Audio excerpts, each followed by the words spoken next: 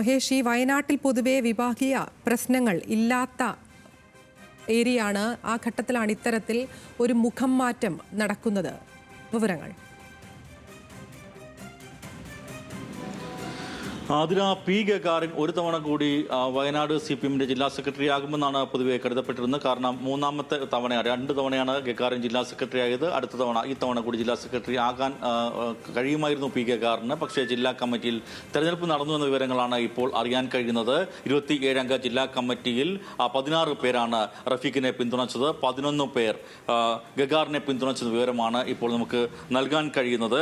5 പേരാണ് പുതുമുഖങ്ങളായിട്ട് ഈ ജില്ലാ കമ്മിറ്റിയിലേക്ക് കടന്നു വരികയും ചെയ്തിരിക്കുന്നത്. എന്തായാലും ഡിവൈഎഫ്ഐയുടെ ജില്ലാ സെക്രട്ടറി സ്ഥാനത്തിരിക്കുന്ന ഒരാൾ പാർട്ടി ജില്ലാ സെക്രട്ടറി ആകുന്നു എന്ന ഒരു പ്രത്യേകത കൂടി ഇത്തവണ വയനാട് ജില്ലാ സമ്മേളനത്തിൽ പ്രത്യേകതയായി എടുത്തു പറയേണ്ടതാണ്. 36 വയസ്സ് മാത്രമാണ് റഫീഖിന് ഉള്ളത്. മുൻപ് കോടിയേരി ബാലകൃഷ്ണ തരത്തിലേക്ക് വളരെ ചെറുപ്പത്തിൽ 35 വയസ്സിൽ പാർട്ടി ജില്ലാ സെക്രട്ടറി സ്ഥാനത്ത് എത്തി. അതിനുശേഷം ഇങ്ങനെ ജില്ലാ സെക്രട്ടറി ആവുന്ന ഏറ്റവും പ്രായം കുറഞ്ഞ ഒരാൾ എന്ന ഒരു പ്രത്യേകത കൂടി റഫീഖിന് ഉണ്ട് എന്നാണ് അറിയാൻ കഴിയുന്നത്. എന്തായാലും വയനാട് വിഭാഗീയ പ്രശ്നങ്ങൾക്ക് ഒരു സാധ്യതകൾ ഉണ്ടായിരുന്നു എന്നത് ഉറപ്പാണ്. കാരണം അത്തരത്തിലേക്കായിരിക്കും പി ഗഗാറിനെ പോലെ കരുത്തനായ ഒരു നേതാവിനെ ജില്ലാ സെക്രട്ടറി സ്ഥാനത്ത് നിന്ന് മാറ്റുകയും തെരഞ്ഞെടുപ്പിലൂടെ ജില്ലാ കമ്മിറ്റി തെരഞ്ഞെടുപ്പ് നടക്കുകയും ആ തെരഞ്ഞെടുപ്പിൽ റഫീഖിന് ജയിച്ചു വരാൻ കഴിയുകയും ചെയ്തത് എന്നുള്ളത് എടുത്തു പറയേണ്ടതാണ്.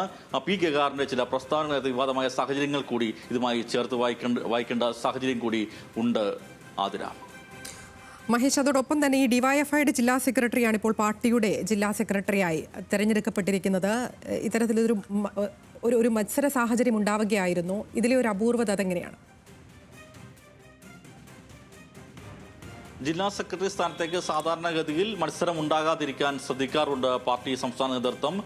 ജില്ലാ സമ്മേളനത്തിലല്ല തെരഞ്ഞെടുപ്പ് നടന്നിട്ടുള്ളത്. ജില്ലാ കമ്മിറ്റി അംഗങ്ങളിൽ പുതുതായി തെരഞ്ഞെടുക്കപ്പെട്ട ജില്ലാ കമ്മിറ്റി അംഗങ്ങളുടെ യോഗം ചേരുകയും ആ യോഗത്തിൽ സാധാരണഗതി ജില്ലാ സെക്രട്ടറി പേര് നിർദ്ദേശിക്കും, ഒരാൾ പിന്താങ്ങി അത് ഏകകണ്ഠമായി അംഗീകരിക്കുകയും ചെയ്യുന്നതാണ് കീഴ്വഴക്കം. അതിന് അപ്പുറത്തേക്ക് റഫീഖിന്റെ പേര് കൂടി ഉന്നയിക്കപ്പെടുന്ന സാഹചര്യം ഉണ്ടായി. അല്ലെങ്കിൽ പി ഗഗാറിന് പകരം റഫീഖിന്റെ പേര് തന്നെ ഔദ്യോഗികം ഉന്നയിച്ചു. ഇക്കാര്യത്തിൽ വ്യക്തത വരേണ്ടതുണ്ട്. അത് രതീഷ് വരുത്തുമെന്നാണ് ഞാൻ കരുതുന്നത്.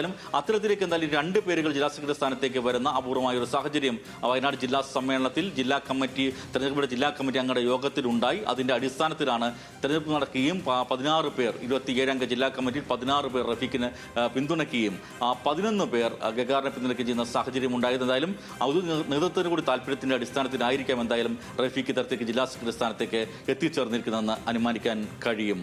ആതിര,